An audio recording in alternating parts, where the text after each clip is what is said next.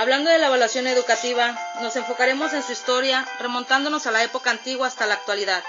En la antigüedad, se crearon y usaron procedimientos instructivos en donde los profesores utilizaban referentes implícitos, sin una teoría específica de evaluación para valorar y sobre todo diferenciar y seleccionar a los estudiantes.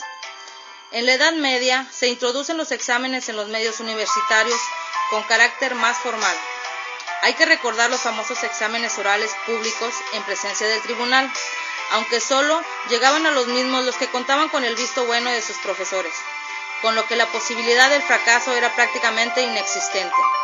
A medida que aumenta la demanda y el acceso a la educación, se acentúa la necesidad de comprobación de los méritos individuales y las instituciones educativas van elaborando e introduciendo normas sobre la utilización de exámenes escritos.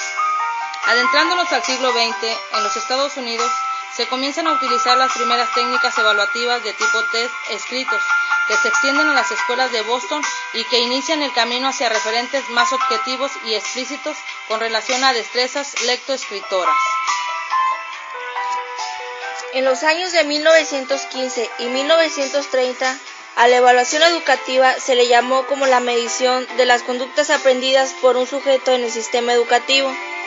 Para Binet, la evaluación se considera como el coeficiente intelectual y posibilita el conocimiento científico en el desarrollo de los test que se fue trascendiendo después de la Primera Guerra Mundial.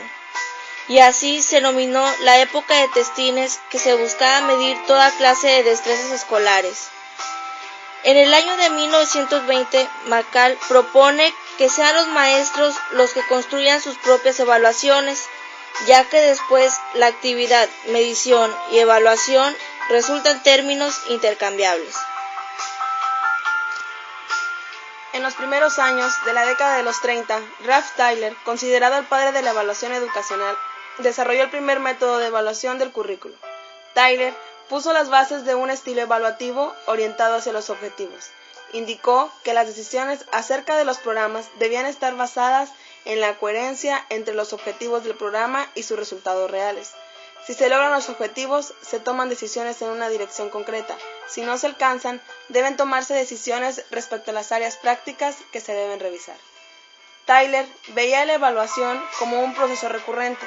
Según él, debían proporcionar un programa personal con la información útil que pudiera permitir la reformulación o redefinición de objetivos. Después de la Primera Guerra Mundial, este periodo se considera insuficiente, una evaluación centrada en el rendimiento del estudiante, por lo que se opta por una evolución caracterizada por una descripción de patrones que evidencian fortalezas y debilidades, en relación con objetivos establecidos.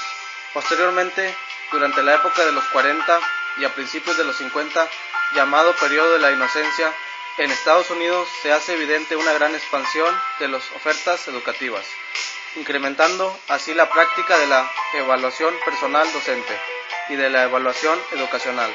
Durante este periodo prevalecen los principios propuestos por Tyler para la evaluación educativa, las cuales se centran en la medición de resultados.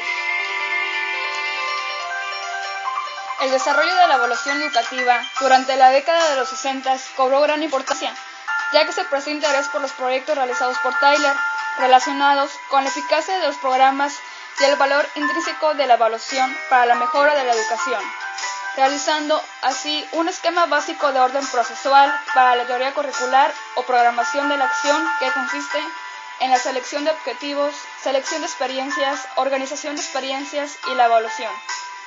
Asimismo, en esta época creció la demanda de evaluación en el ámbito de la educación, aunque ésta solo se centraba en los alumnos como sujeto que aprende y su objeto de valor se caracterizaba por el rendimiento de los mismos. Posteriormente se evaluó el profesor, medios, contenidos, experiencias de aprendizaje, organización, así como el propio proceso educativo. Aparecen muchas otras aportaciones en las que se perfila una evaluación educativa, como la valoración del cambio ocurrido en el alumno como objeto de evaluación sistemática. Asimismo, se comienza a prestar atención no solo a los resultados pretendidos, sino también a los efectos laterales o no pretendidos, e incluso a resultados o efectos a largo plazo en las siguientes décadas. A partir de la década de los 70s y 80s, la evaluación empieza a tomar auge como una profesión que relaciona la evaluación con la investigación y el control. En estas décadas se presenta un aumento en la demanda sobre la educación superior en Latinoamérica, lo que conlleva a implementar una evaluación sobre las instituciones educativas para conocer su calidad.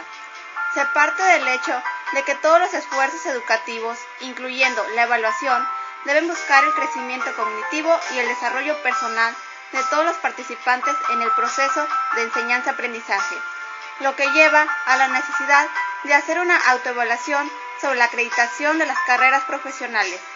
Así, la evaluación se convierte como orientadora y formativa de procesos de enseñanza, de tal manera que se convierte en uno de los mejores procedimientos de control de la calidad de la educación.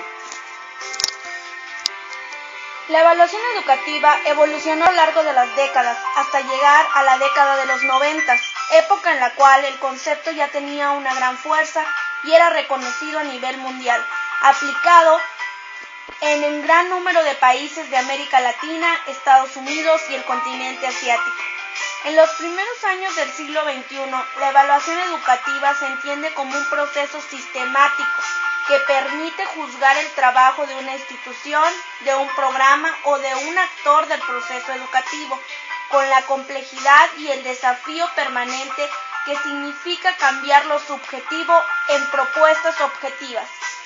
La evaluación sistemática constituye un campo especializado cuyo rango de actividades rebasa los espacios tradicionales del aula y que en los inicios del nuevo milenio se han constituido en un campo teórico, metodológico y técnicamente complejo.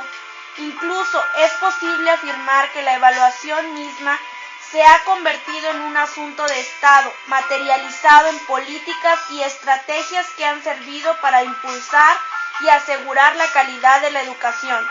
La evaluación educativa hoy en día es un campo multidimensional, altamente especializado, profesionalmente competitivo, que en el futuro inmediato seguirá cobrando más auge por su importancia para transformar los sistemas, las instituciones y los procesos educativos. La evaluación educativa es de suma importancia para la educación de calidad.